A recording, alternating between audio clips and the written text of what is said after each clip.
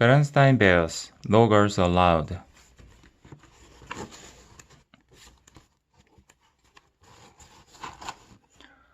Ever since Sister Bear had been a tiny cub, she liked to tag along and play with Brother Bear and his friends.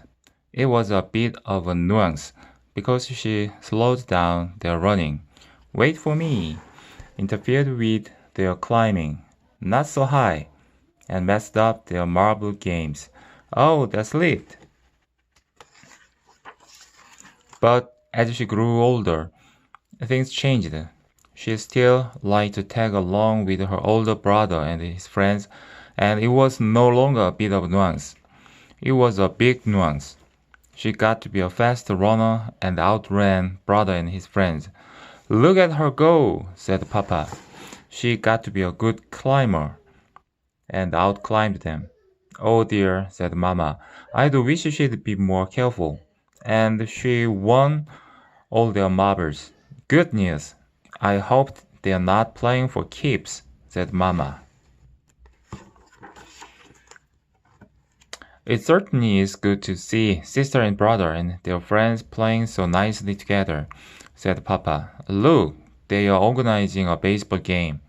Yes, said Mama, but it does worry me just a little that sister is the only girl in the group. Now, Mama, said Papa, it's not whether you're a he or a she that count. It's how you play the game. Look, she just hit a home run. I agree, said Mama, but think back. How would you have liked it when you were a cub if some little girl could outrun, outclimb, and outhit you? Papa thought for a moment. I wouldn't have liked it, he said. Brother and his friends didn't like losing either, and what made it worse was the way sister celebrated every time she won. Her victory dance and cartwheels were annoying, but it was the war hoops that really got on everybody's nerve. Then one day, when sister was planning to tag along as usual, her playmates were nowhere to be seen. No matter, she thought, and went about her business. She picked wildflowers for Mama and jumped rope with her butterflies. When there were no cubs around the next day, she was puzzled. But there was plenty to do. She had a tea party for her dolls and read some books. But on the third day, she began to wonder what was going on. Where are those cubs? She said aloud. They weren't in the old climbing tree. They weren't playing marbles. And they certainly weren't on the baseball field. As she stood on the deserted field, wondering where everybody was, she heard voices. They sounded like cubs' voices, and they were coming from the thicket. She followed the sound into the thicket. What were those cubs up to? When she reached the edge of Frog Pond, she found out. What they were up to was building a secret clubhouse on Berry Bush Island in the middle of Frog Pond. It had peepholes, watchtowers, and a little bridge. It was almost like a castle. What a wonderful surprise! Hi, gang, she shouted. She was so excited that she did her celebration dance, complete with cartwheels and war hoops. But brother and the other boys didn't answer sister's happy cry.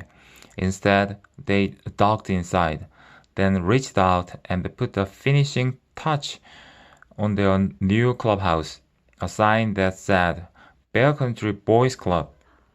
No girls allowed. As sister stood there trying to think of what to do next, there was a creaking sound. The bridge was a drawbridge, and they were cranking it up. She was heartbroken. It isn't fair, she wailed as she ran home from the ticket. You're absolutely right, roared Papa. It isn't fair. Come, we are going back there and make them take you into their silly club. And if they don't, I'm going to tear that clubhouse limb from limb. But Mama stopped them. I don't think that's the answer, she said. Those boys are being very unfair. Sometimes boys act that way. So do girls. But whoever does it is wrong. The important thing is that whether you are a boy or a girl, but the sort of a person you are. And be that as it may, you can't make cops want to play with you. No, said the sister, but you can tear them limb from limb. Come on, Papa.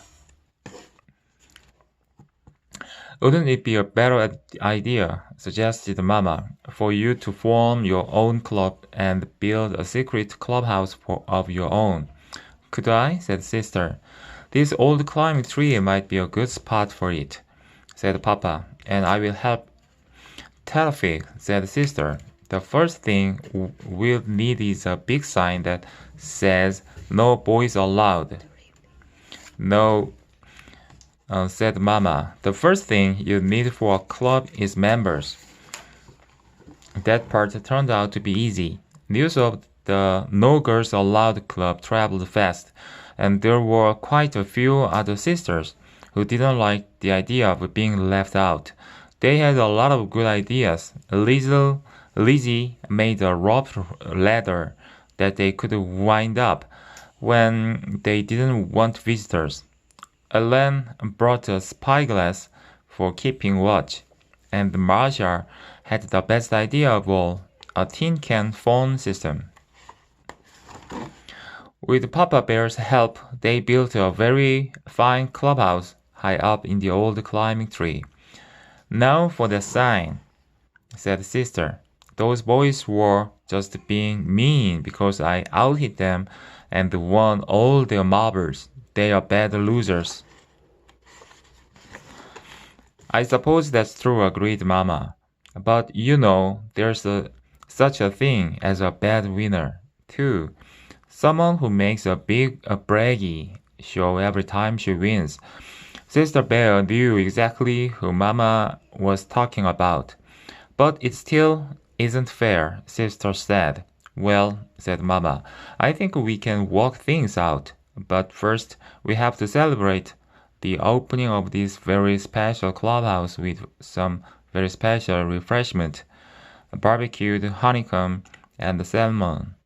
Now, if there's anything cubs are crazy about, it's barbecued honeycomb and salmon. Girl cubs and boy cubs. So Papa loaded up the barbecue.